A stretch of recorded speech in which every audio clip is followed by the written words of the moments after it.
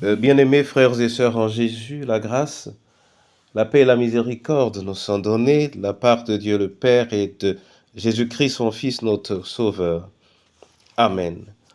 Pour notre méditation de ce jour, nous allons lire dans l'épître de Paul aux Éphésiens au chapitre 1er, le verset 7. Mais avant la lecture, nous allons chanter « Roc séculaire ».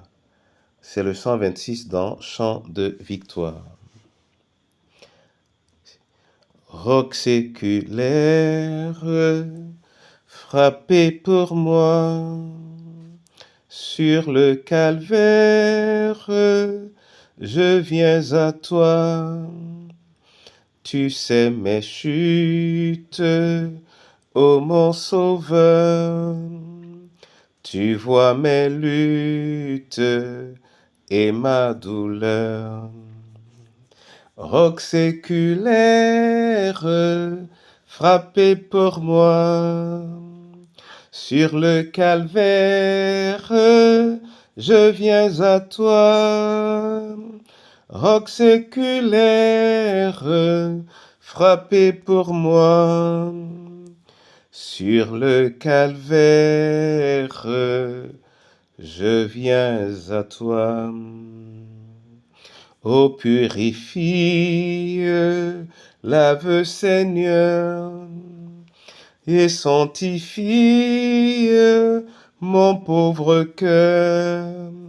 Mon main tremblante ne t'offre rien, ta croix sanglante est mon seul bien. Roc séculaire, frappé pour moi, sur le calvaire, je viens à toi.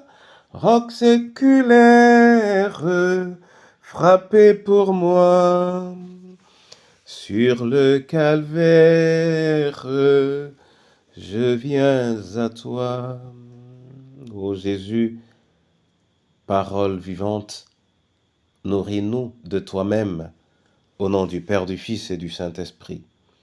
Amen. Éphésiens 1, verset 7. Là, il est écrit, « En lui, nous avons la rédemption par son sang, la rémission des péchés, selon la richesse de sa grâce. » Amen. Mon frère et ma sœur, cette parole nous dit qu'en Jésus, nous avons le salut. En Jésus, nous avons perdu ce qui nous a été réservé comme punition à cause de notre péché. Nos péchés nous sont remis par le sang de Christ. Nous sommes rachetés.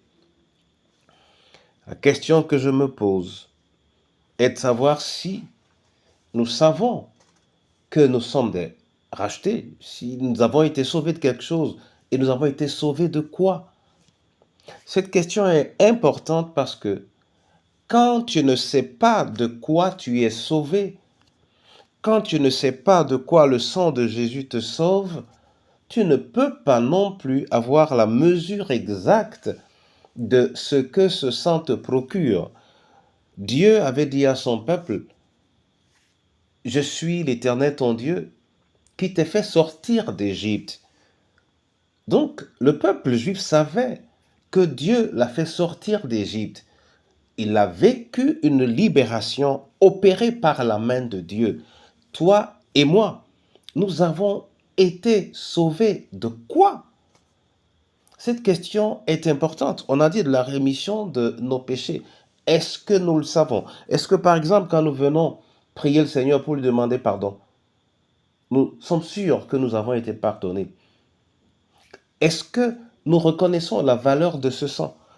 Est-ce que, tandis que nous parlons du salut et que nous nous identifions aux chrétiens, nous sommes convaincus que la présence de Christ, à travers notre foi, nous libère de toute contrainte, tout en nous appelant à l'obéissance à Christ. De quoi Christ t'a-t-il libérés. Mon frère et ma sœur, il est important que tu le saches, que tu l'éprouves. C'est en fonction de cela. Et à la mémoire de cela, que tu t'attacheras à Christ, parce que ce qu'il a fait hier, pour les autres ou pour toi, il le fait aujourd'hui et il le fera demain. Mon frère, de quoi Christ t'a-t-il sauvé? Amen. Je te bénis et je te dis merci Seigneur pour cette parole que tu nous donnes. Car à travers le sang de Christ, tu as remis nos péchés. À travers le sang de Christ, nous savons que c'est notre péché qui nous éloignait de toi et qui était la cause de toute notre souffrance. Quand tu l'enlèves, alors nous sommes sauvés, nous sommes indemnes, nous sommes exécutés, nous sommes préservés, nous sommes délivrés, nous sommes libérés et nous te retrouvons. Père, que cela soit une réalité dans le cœur de chacun d'entre nous. Oui, sauvé, parfaitement sauvé. Une fois que nous nous sommes donnés à toi, Père, accorde-nous cette assurance, que nous soyons prisonniers malades, que nous soyons veufs, orphelins, esselés ou abandonnés, que nous soyons au cœur de nos familles dans une épreuve ou non, que notre pays soit également ce qui peut avoir accès à ton salut, Seigneur, mais à ton Église, renouvelle la valeur de ce qui lui a été si chèrement acquis, au nom de Jésus. Amen.